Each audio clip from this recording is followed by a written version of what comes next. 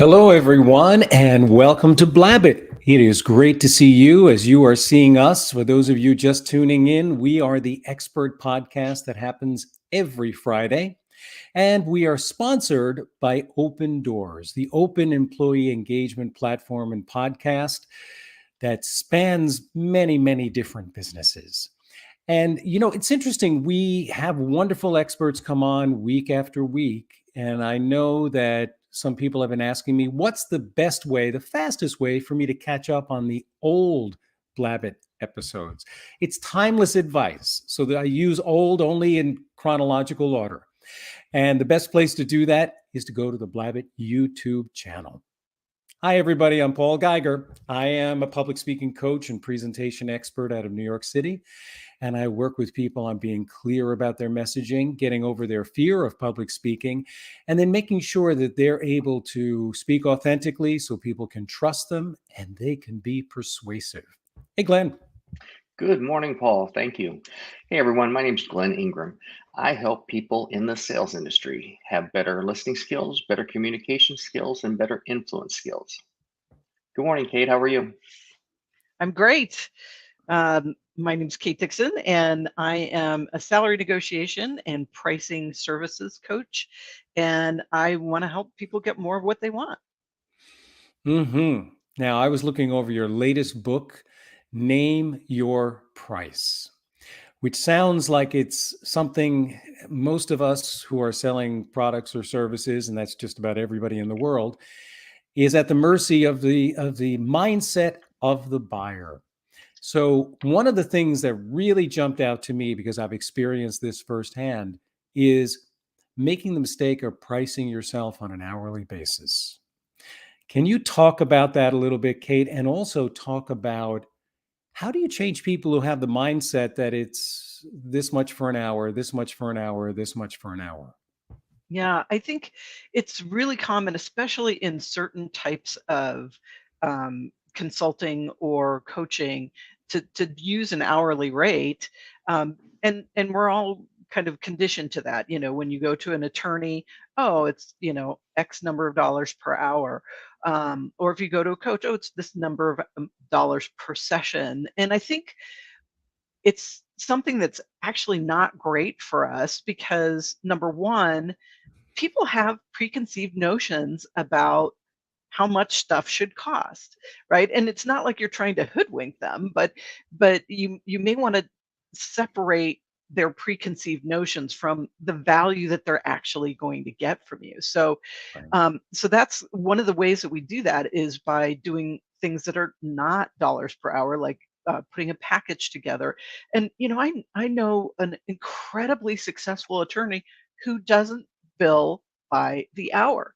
She only bills by packages, and it's great because it allows the client to have a sense for exactly how much they're going to need to invest for what they're going to get, and you're not hesitant to call them up if you have a question or an issue that's regarding what's going on in the package. And it's fantastic to be able to kind of pull away some of those fears that buyers actually have and provide them something of value. So it's really all Yeah. based on receiving the result that Yeah, that they're looking for. That's really yeah. what you're focusing on, and that's what the narrative should be like, correct? Mhm. Yeah. Yeah, I mean, it's really about, to get a little bit woo woo, it's really about what kind of transformation can your client expect to experience by working with you, and that transformational bit is the piece that you're really selling. And if you're focusing on that, it's really the way to market and sell. I mean, I think Glenn could probably attest to that in terms of selling services.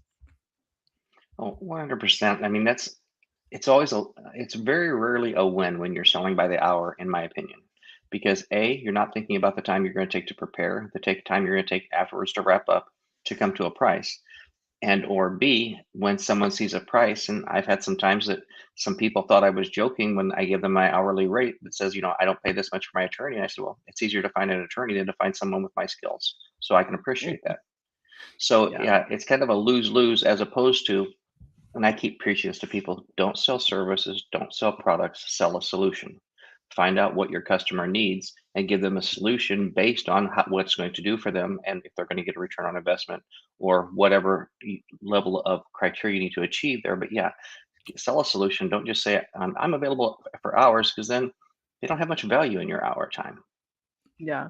Well, and not only that, one of the things that I find too with my coaching clients is if they're thinking about things in terms of hourly rates and stuff, there's a couple of things that are going on. They're keeping a meter. It's like how many minutes have we been talking? How many minutes have we been talking? And so they're not like totally focused on the work that you're doing together. So that's a problem.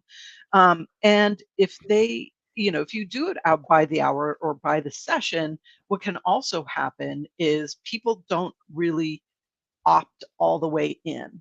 Like every time you have a session, it's like, am I going to go on or am I going to stop? And so, if you're selling them a 6-month coaching solution, they don't, they opt in once and then they're all in for the entire time. And I think that brings better results for clients anyway. And then let's talk for just a moment about payment, because Mhm. that's all a part of negotiation as well. Do you adhere to the idea that if a client asks for something, or they ask, it may not be something that you're able to provide or something that you can do, but do you feel like you have to offer them in return something? Maybe not the thing that they're looking for. And I'll give you an example. Let's say your coaching program is $2,000. And let's say that they say, oh, I don't really have that money, but I really want to do it.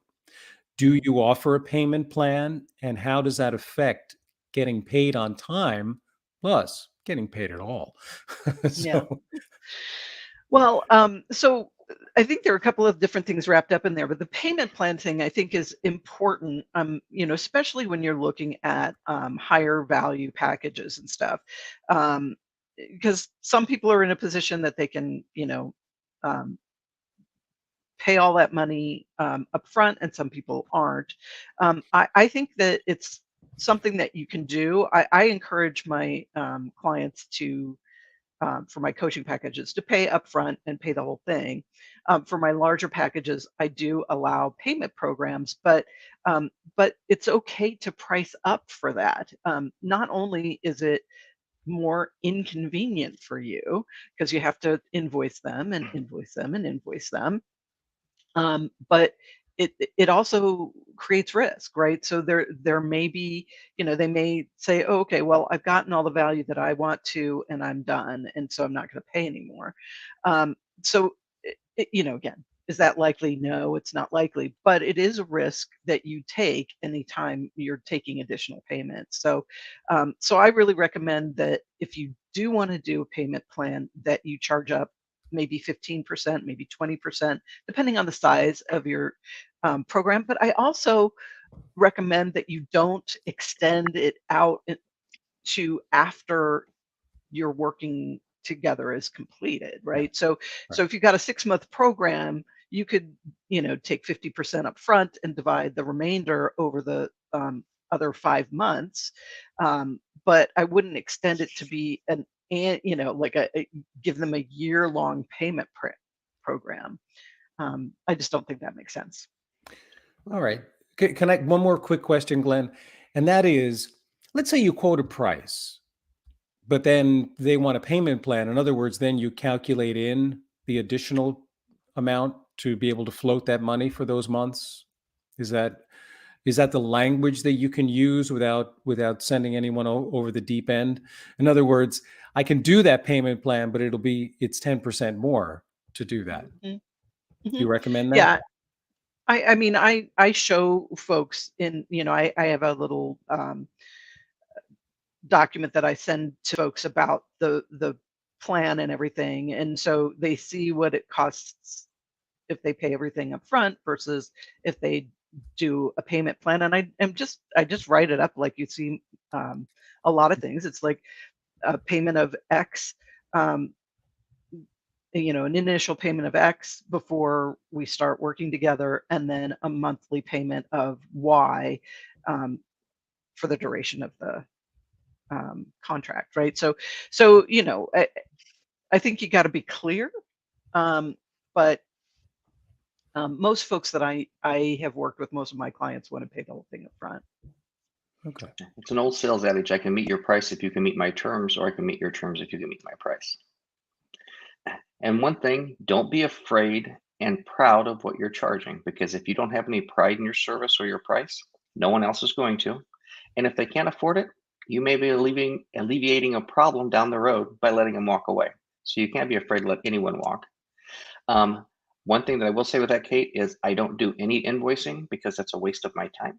So whether it be QuickBooks now offers a free automated ACH, so you're not getting paid for that stuff. Find some ways to automate these things so that the payments are automated, the invoices are automated, and you're not spending time, more of your time reducing your profitability for your time you're putting into it. Mm-hmm. Yeah.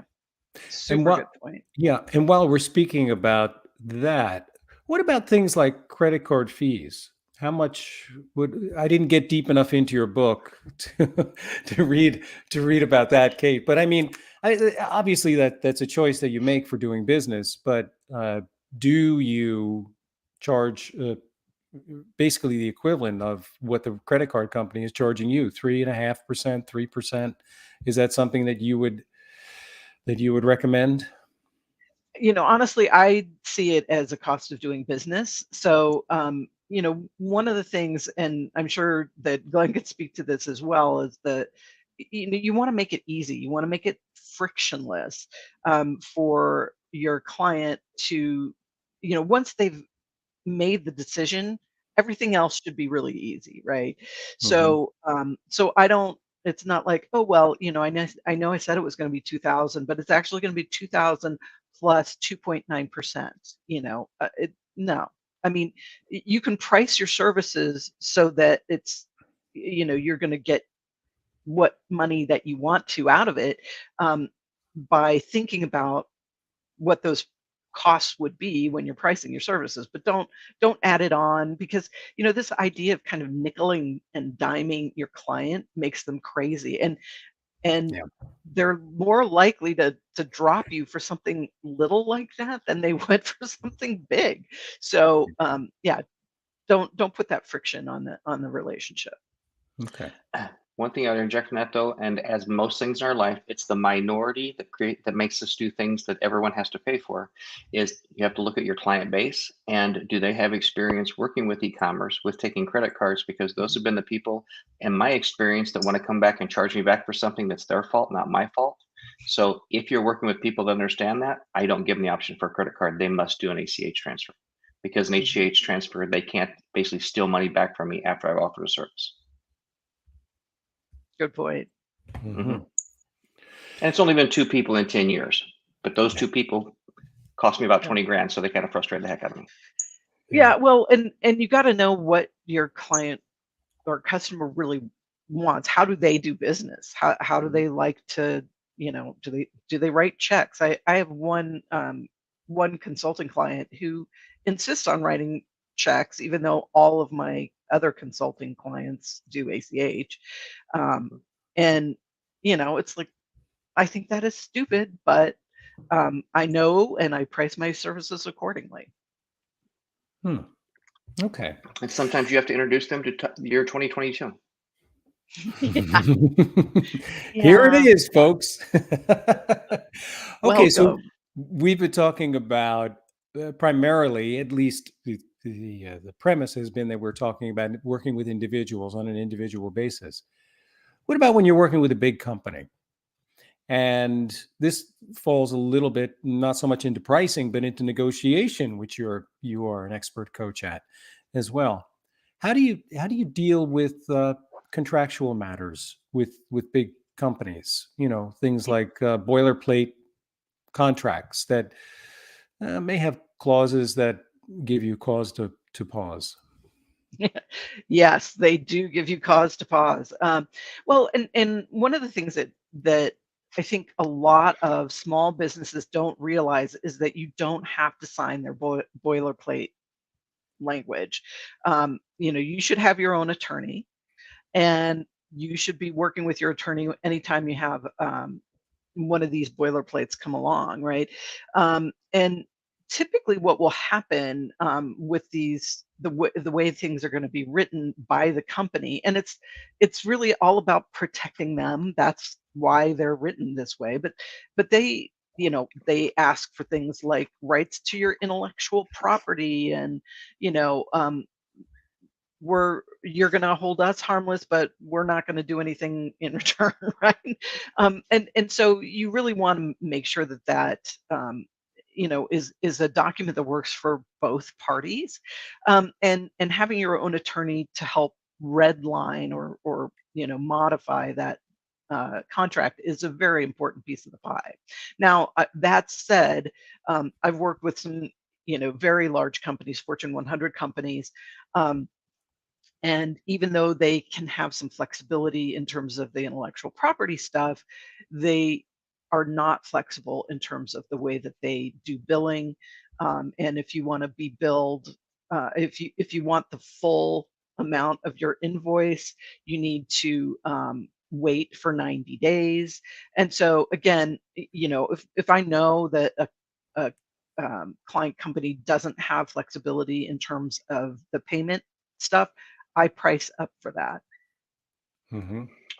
It's kind of now, don't you think it's important to kind of, we always talk about ideal client or whatever, to kind of go through and look at what you're willing to do, what's going to drive you crazy and make your hair turn gray, and determine which clients you're going to work with. Because I know I've found a spot that's kind of like a dollar sign for revenue that I don't want to work above that because I want to talk to Kate.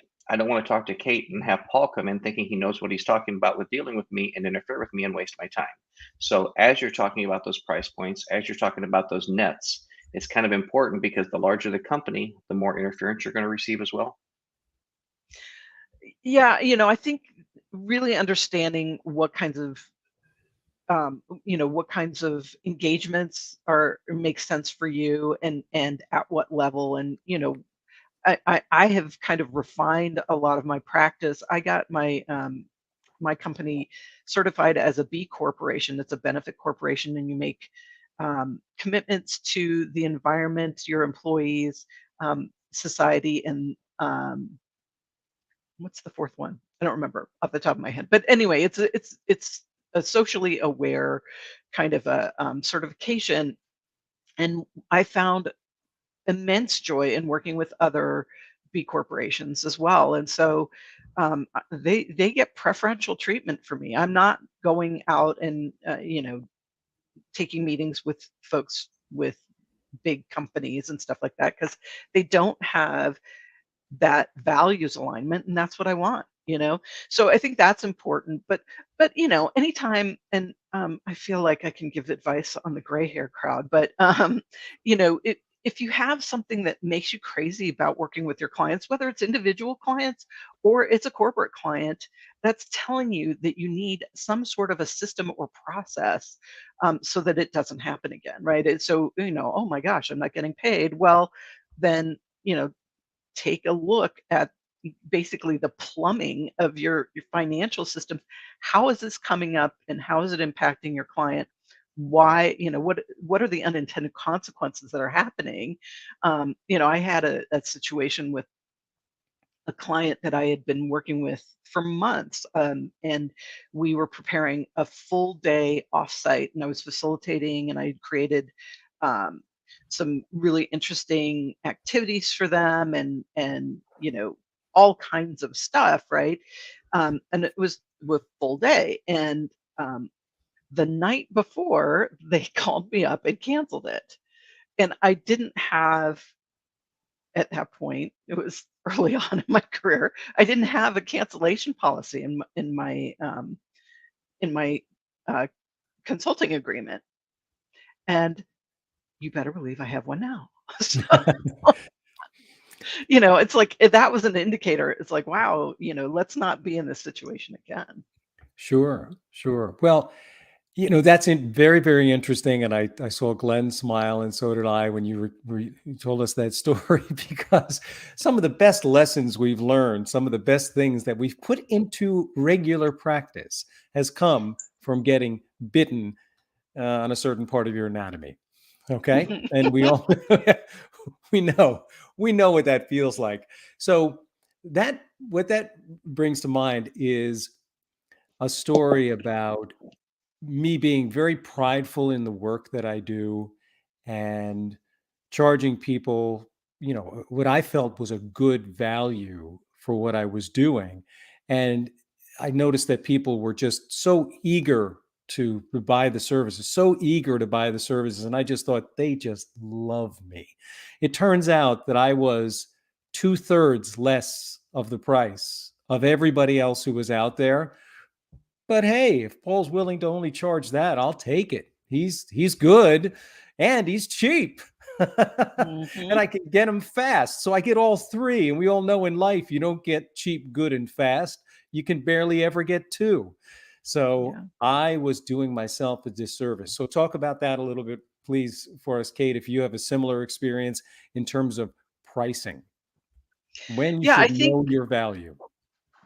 I think you have highlighted something that happens to a lot of folks. They do their initial pricing and they think that it's going to be okay, and maybe they're going to be a little bit more of a bargain, and then they wind up getting just mobbed with people, and so you know it's hard for them to even maintain their business, and because they're so busy with their clients, um, and that's the sign that you need to raise your prices, no matter what anybody else is charging. But if people are calling you all the time and hiring you all the time, you need to kind of take a little step back and say, well, you know, what would happen if I raise my prices? And guess what? If when you raise your price, you will probably lose clients, and that's okay.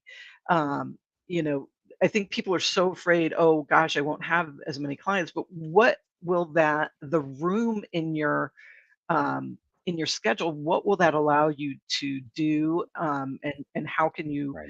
um, how can you better your practice by focusing on fewer clients? Well, let me just add a little bit to that story, Glenn, just a little bit. And that is, as soon as I started, what I noticed was people were incredibly eager. I would quote a price and they would go, great. Oh, this is over the phone. None of this was virtual at the time. So this is going back a little bit. And on the phone, you'd hear them go, great.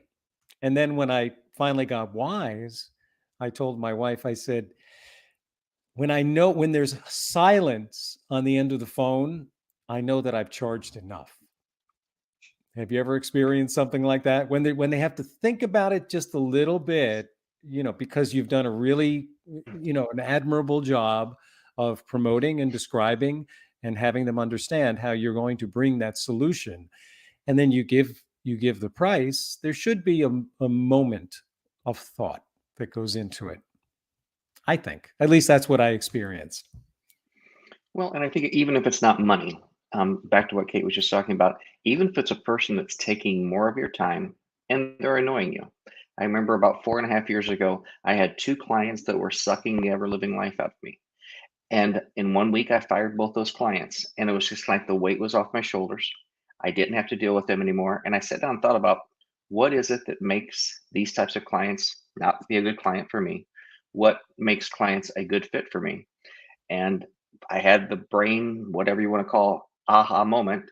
And I started at that point. If I'm going to work with Kate for the first time, and if I don't know someone that knows Kate that didn't refer them to me, I'm going to explain to them, we're going to take the first 20 minutes of this meeting. We're not going to talk about work. I'm going to tell you what motivates me personally, professionally, why I get out of bed every day, and I want you to do the same. And when we're done at that point, we either both have a thumbs up, we'll talk about work. If one has a thumbs up, let's thank each other for our time and not waste any more of it. So it's I think it's important to find like-minded people to work with so that you can have a pleasurable working relationship. I mean, hopefully we don't jump in and get married to someone in an hour. Why are we jumping in and going to work with somebody in an hour? because Yeah, that values alignment we're is eager great. to work. Yeah, yeah. But, I think our ideal client, especially after folks have been in business for a while, you're going to recognize people who are going to get a ton of value out of working together. And, migrating towards clients or customers that are really going to get a lot out of the relationship. That's important too, and that's not really about pricing, but it is about how you set up your business. Mhm. Okay. I want to share with you, Kate, that the first time you came on the show, we talked about your book, Pay Up. Was that the Mhm. first time? I believe it I was, think because that so. book came out a year or two ago. And you gave us a phrase that I still to this day share with people. And I know it's your 7 words for negotiation. And that is, what kind of flexibility do you have? Which is just a phenomenal phrase. And I love language. Is there a particular pricing phrase, or are there several based on the various negotiations and conversations that you have that you say are the magic 7 words again, just like the ones that you gave us from Pay Up? Is there a magic phrase from Name Your Price? There really isn't. I didn't come up with like a magic phrase, but I do think that what kind of flexibility do you have is a really important one. If you're negotiating terms and coming across, um, you know, I generally, for my corporate clients, I ask for 30% upfront before we start working together. Um, and depending on the size of the gig, you know, I'll accept 20% in the larger ones, but I always start with 30%. And and then folks say, oh well, we're really not comfortable with that. Then the one phrase that I use a lot is, how close can we get? Mhm. So that one's a big one. And then with both of those kinds of things, the power of silence is really the thing that is important, right? So you ask them a question like that, give them a moment to think about it and respond, instead of, oh my gosh, it's so awkward, I think I'm going to rush in with a bunch of words. Right. That's The old adage, that's the next one to really speak loses. right. And that's exactly like my story. Just listen for the silence Hmm. and know that that is something that indicates whether you've charged enough or not. Mhm. But I tell you, I do like what you said earlier, Glenn, and I know it's a phrase that you have used before, you've shared before, but that is, I can meet your price if you can meet my terms, Hmm. or I can meet your terms if you can meet my price. Yeah, back So, to Kate's comment about charging more for it. If you go to the bank and ask them to write you a check, they typically demand a little bit more than what they gave you for doing so. So if you want me to be the bank, I'm going to be happy to do it, but I'm going to charge you some interest. Mhm. right, Yeah. right. Yeah, All and right. things like doing a rush job. If you're a graphic artist, or you're a technical writer, and your client asks you to do something pronto fasto, then that's something that you can charge more for. That's more risk to you. You have to rearrange things with other clients in order to serve this client, and it's also something that most people are used to. Oh, rush service, I have to pay more. Yeah, that makes sense to me. But be clear about that. Be upfront about it. If you're going to do an upcharge, make sure your client is aware and agrees. And if you can get them to do that in an email, that's even better. But just make sure that everybody knows what's going on. But do Mhm. charge more for things that you should charge more for. Well, and that makes me think of one of the phrases that I use when I am speaking to a potential client, and that is to be able to frame to be able to communicate what the time frame will look like, because that's really interesting. We talk about, we're dreaming when we want to work with someone to help us achieve a specific result. We're dreaming of that result and almost feeling it, living it, understanding it, and, taking it all in. And it's only understandable that we want it to happen very quickly. But I think giving people that time frame. So one of the phrases that I use, because I don't want them to feel like you shouldn't even go on this journey because it's just too far to go. I usually say, you'll see noticeable change in 6 weeks, but lasting change in 6 months. Beautiful. And that gives them a sense of, okay, I'm going to start to see some progress here, and you will, and you do in the public speaking training that I do. But you can't just stop there, because after 6 weeks, unless you're already very talented at doing this, anything that you learn is probably not going to stick. And you just need to keep doing that work in one way or another. And I give many different options in regard to that. So are there any favorite phrases that you use to really be able to give an idea of what the time frame is like, or do you leave all of those options up to a potential client? Well, for my one-on-one clients, I'm very specific. My all of my packages have time, they're time bound, right? So for my executive coaching clients, it's a 6-month package or it's a 12-month package, right?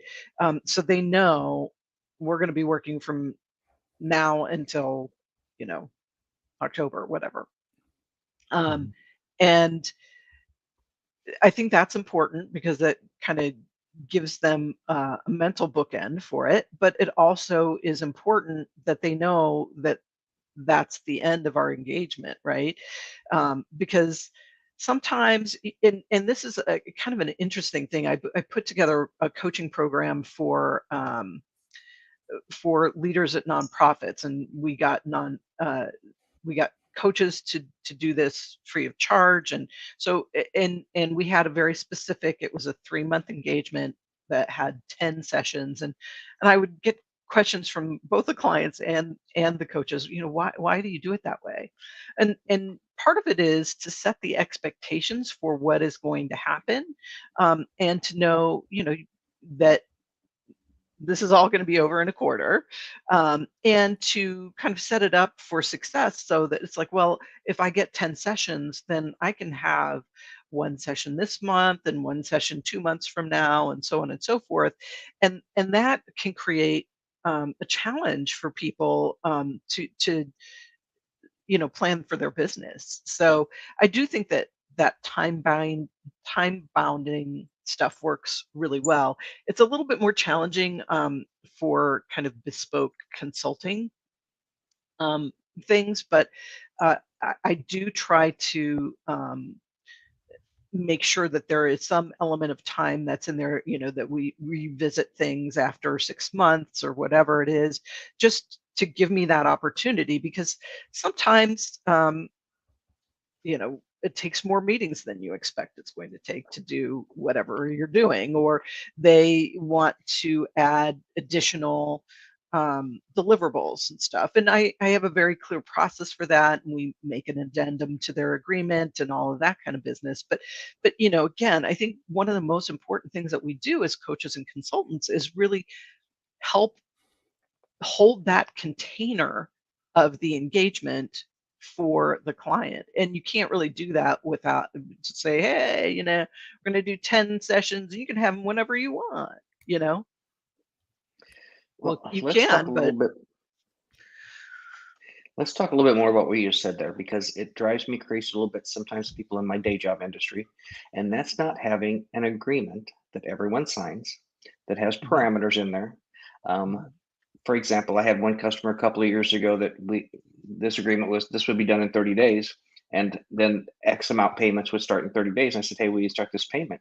And he said, but this part's not done. I said, well, my part's done. I can't help it that your part's not done. You said you would have it done in 7 days. This is 28 days. You're still going to pay me in 2 days. Whenever you get your stuff to me, we'll finish it. Mhm. And along with that, what I'm trying to get straight in my head is parameters instead of dates. So instead of saying we'll have this done by the 15th, by the 20th, by the 31st, you have 7 days to get me this. From that time, we'll get something back to you within 14 days. That way, if it takes you 10 days, my 14 days doesn't start until you've done your job. So Yes. can you elaborate a little bit about on agreements and parameters and stuff like that that make it so that we're not stepping on our toes? Yeah. Well, I love the way that you're approaching it. This piece is, it will take, 7 up to 7 days, and then you do your thing, and then my thing will take up to 14 days, and then you do your thing, right? That is great because it helps them understand their role in the work that you're doing together. And I think that's one of the more important things that we do too, is to it's not, they hire you not just so you're going to go do this thing and they don't have to have any part in it, but y- you know they need to understand their responsibilities, in terms of how this stuff works too. So having the kind of phrasing that you put in there is really important. When I'm doing big consulting kinds of things, I generally frame it in terms of, week 1 through 5 and week 4 through 8 and things like that, so that if they take 3 months to get the agreement signed because it's so big, I don't have to. They don't have like June 1st in their mind, and I don't have to comply with that, right? Mhm. So I think those things are important. The agreements are something that I think a lot of people just gloss over. They don't do. It's like, oh, it's a friction. I don't want people to do it. And one of the things that I recommend people do who work with um, clients on a regular basis is invest in an e-sign software. It just makes it easy. All they have to do is, click, and it's done. So it makes it pretty easy for them to do the right thing. But having things about, how business will be conducted and what kind of indemnity you have and stuff is, all of that stuff is really important. Anything, um, I think in terms of billing and pricing and stuff, one of the things that I like to do is, um, you know, we have an agreement for 30 days. And so, you'll pay me 50% up front, and, 50, the remaining 50 will be due um, at the end of our engagement or on X and such day, whichever comes first. Right. And then, you know, hopefully they read it, but if they don't, then you can refer to that when time comes. Mhm. Let's elaborate on that just a little bit more if you don't mind, Paul. Mhm. Because after I had my epiphany about 4.5 years ago and realized I wanted to talk to people that I got along with well, I was traveling on the road, working out of a friend of mine's kitchen, and he was doing some stuff outside. And I came out after like 4 meetings back to back and said, "Wow, what a great day! I just found 4 people that I think will be great, and we're going to work together." And he said, "Great, you want to go do X?" And I said, "No, I've got to do 2 hours worth of contracts and get stuff ready." And that was the point where I learned to have my contract ready with one of these pieces of software with a few variables, having payment things already built up, whether it be on my website and QuickBooks or whatever. So literally, if Paul says, "Glenn, I'm ready to work with you," within 5 minutes, Paul has a contract and a payment link in his inbox ready to go. So, Yep. because I think the importance for this, and if we can kind of, here's where my question is going, is I talk to people in my day job, and it's almost that anxiety. Oh my goodness, Kate's wanting to work with me. Now I've got to do a contract. Now I have to do this stuff. I have to start doing deliverables and blah, blah, blah, blah, blah. And I've kind of been able to help them understand when Kate says she wants to work with me, I'm excited because it literally takes about 5 minutes for me to send out 3 emails that says, "Kate, here's your agreement. Kate, here's your payment. And great, here's your welcome aboard. Here's what I expect from you in the next 7 days," because it's all written out already. All I have to do is go boink, boink, boink, and I can smile and wait for the money to come into my account. So talk a little bit, if you will, about being prepared for that client, being prepared for that yes, so that you don't have that anxiety of bringing on a new client and not having to deliver at that point. Um, be like Glenn, because that's it's kind of funny. My problem solving methodology is that I am, brainstorming and I love to, think in the moment and all this kind of stuff. I'm not a systems person, but let me assure you, I love my systems because I don't have to think about them, right? If I have a payment plan, all I have to do is set it up in my invoicing software and boom, it's done. And it will bill them monthly until we're done, right? Yeah. So I love that. I do also have things that are set up, and with consulting, I've actually evolved my process so that I have kind of the how we act together is the consulting agreement, and then what actually are we going to do and how much is it going to cost is an addendum, and then we can have as many addendums as we want as as we work together, because most of my clients I work with for a couple of years or more. So so having all of that stuff ready to go. I mean, with consulting, the deliverables are more bespoke and stuff, but I've done a million of these things. So I use, I talk about things the same way, talk about what the problem is to be solved, talk about what the deliverables are, talk about what, what it's going to cost, and, that kind of thing. But yeah, have that ready, because, and you really want to be so thoughtful about what goes into these things. So plan it out, have it ready, and any of my individual stuff, I do this all the time. So it's like, it's very much like, Glenn, you have it set it up. So it's like, yeah, I just go into my eSign software. There's a blank for their name, a blank for the dates, and, boom, boom, boom, Bob's your uncle. And I mean, that literally takes me 30 seconds, right, to do Yeah. that. So let's talk about motivation for just a moment, because as Glenn was describing the process, sending the contract, there needs to be a little bit of motivation for them to actually sign it. And hopefully they're motivated to do that, but you're kind of leaving it up to the client as well as payment.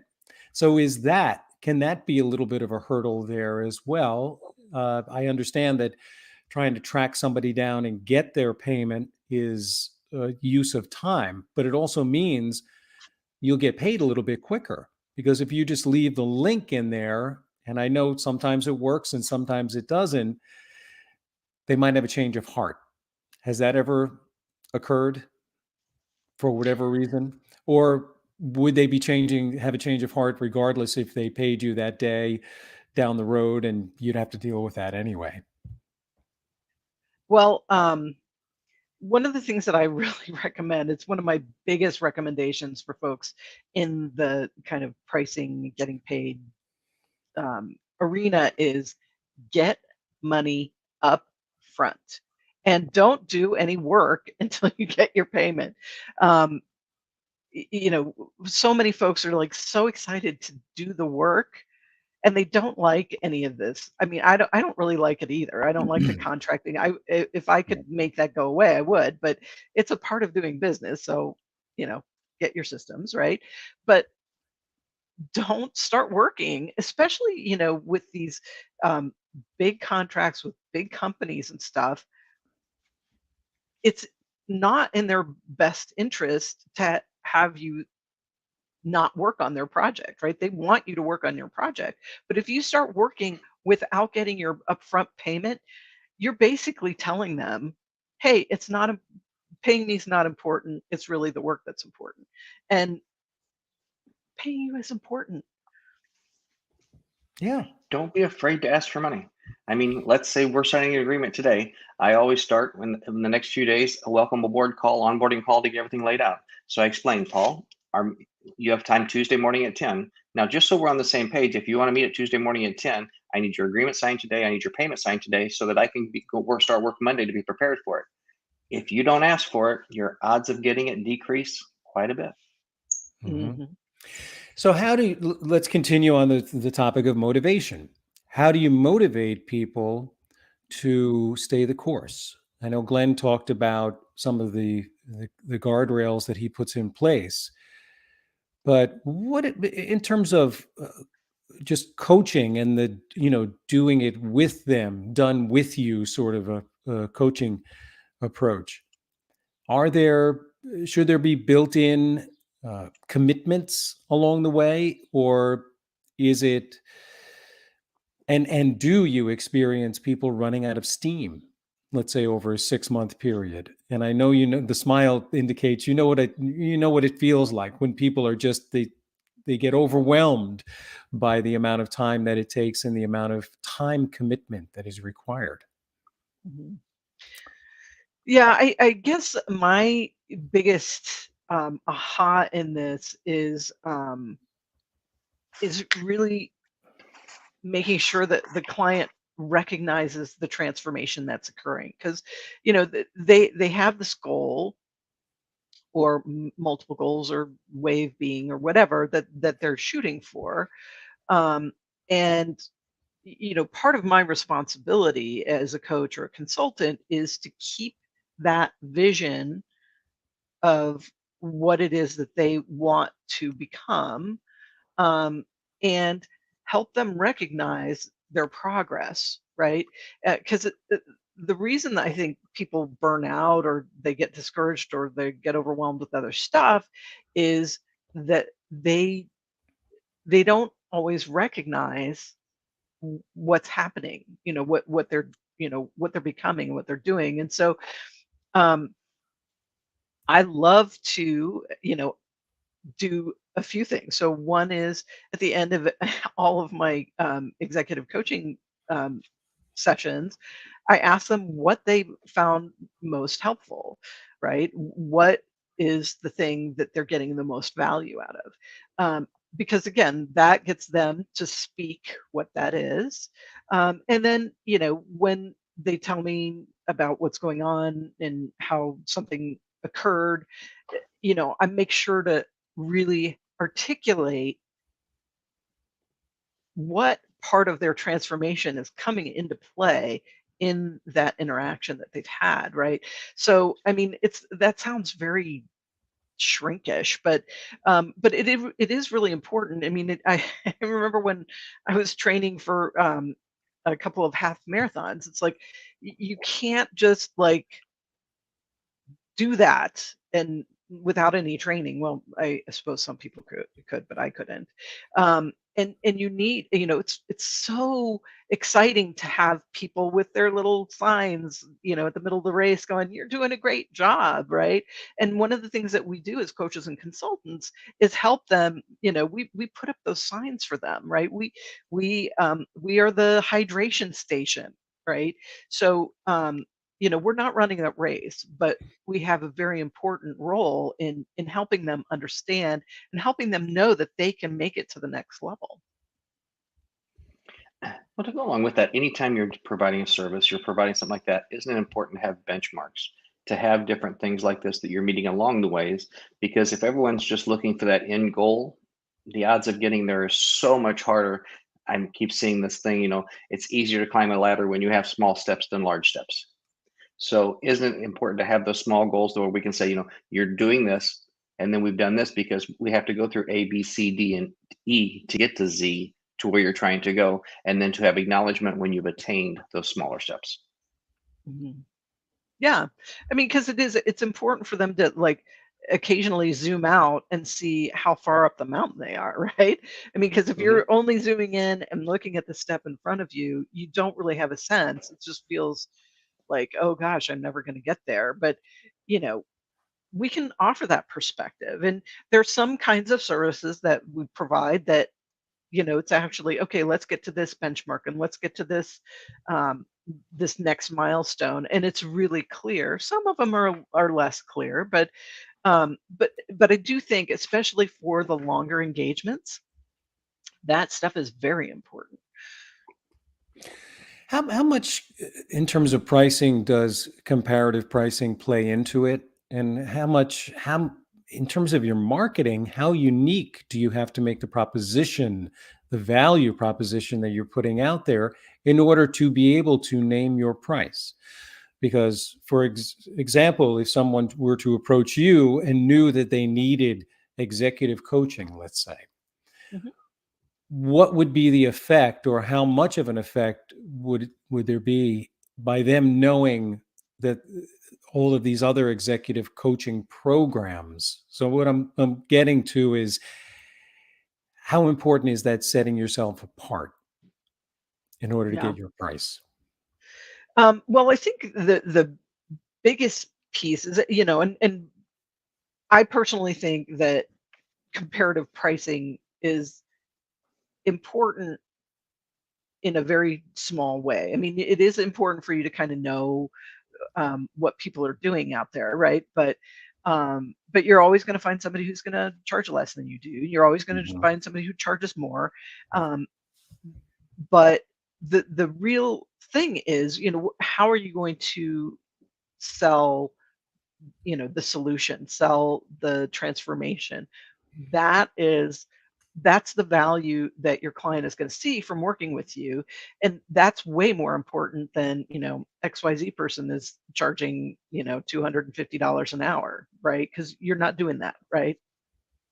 And chances are good too that, um, once you've worked with clients and you know that a 6-month solution drives amazing transformations, where, say a 3-month one might not allow people to get into as many issues, you can talk to that, right? My experience shows that my clients get great results with blah, right? um, Mhm. and I mean, when I do salary negotiation coaching, um, that's priced very aggressively, right? But I'm the only person that I know with a compensation background who does the work that I do. And so there's immense value in that, and my clients can see that. And what's really nice is that's something that I can quantify. It's like, oh, this person got $150,000 more when they worked with me, right?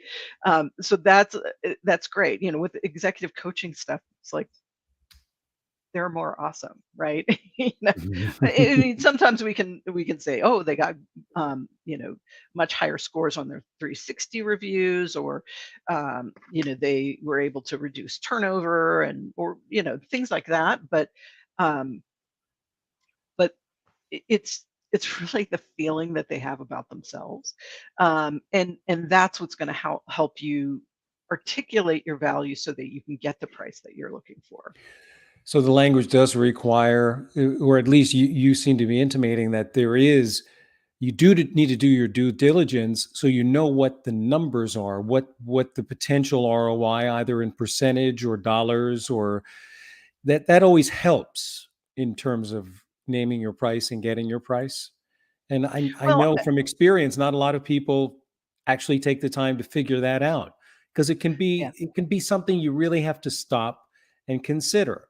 Well, what is the end result? It's not just you feel better and you feel good and you feel more confident. There's got to be a little bit more of a tangible ROI. Well, and I think this is where testimonials help, right? And it's not just, Paul is awesome, because, that is true. You are awesome. But the testimonials really need to go to, how did I change? What was the impact on me? What was the value that I got? And if you can help your clients offer that sort of a testimonial, it can be life changing. Mhm. Well, and I think it's important to know what your buying styles are, because inevitably you're going to sell based upon your buying styles. If you're cheap, you're going to sell cheap products, and you're not going to have the confidence to sell something large. I've seen too many times over the years that people sell, the old adage is you sell with your own wallet, and that's never going to help you attain higher priced clients. Yeah. That's a good one too, Glenn. I'm on fire today, Paul, I like them. All right. and we're at Well, 9:55. we are yeah, exactly. So we're getting right down to the end of today's episode. And when did Name Your Price come out? It came out in October of last year, so it's been Mhm. out for a little bit. Yeah. Okay. And I know that I've read your first book, Pay Up, and now I'm getting through Name Your Price. And I have to tell everyone they are phenomenal books. It's really well put together. It's not overbearing and tedious and text heavy, though the information is amazing. I love the way that it's set up. It's very similar to the way that I set my books up, which is in digestible bites. Great minds think alike, Paul. That's right. That's right. So if anyone and everyone wants to get in touch with you, Kate, what's the best way to do that? Well, my website is Kate Dixon, KateDixon.org, O-R-G. And go to my website. I've got lots of articles about pricing and salary negotiation and all kinds of stuff. So there's lots of free resources there. And if you want to get in touch with me, please drop me a note at info@katedixon.org. Cool. Well, thanks for joining us this week, everyone. We'll see you back at the same time, same channels next week. Have a great week, everyone.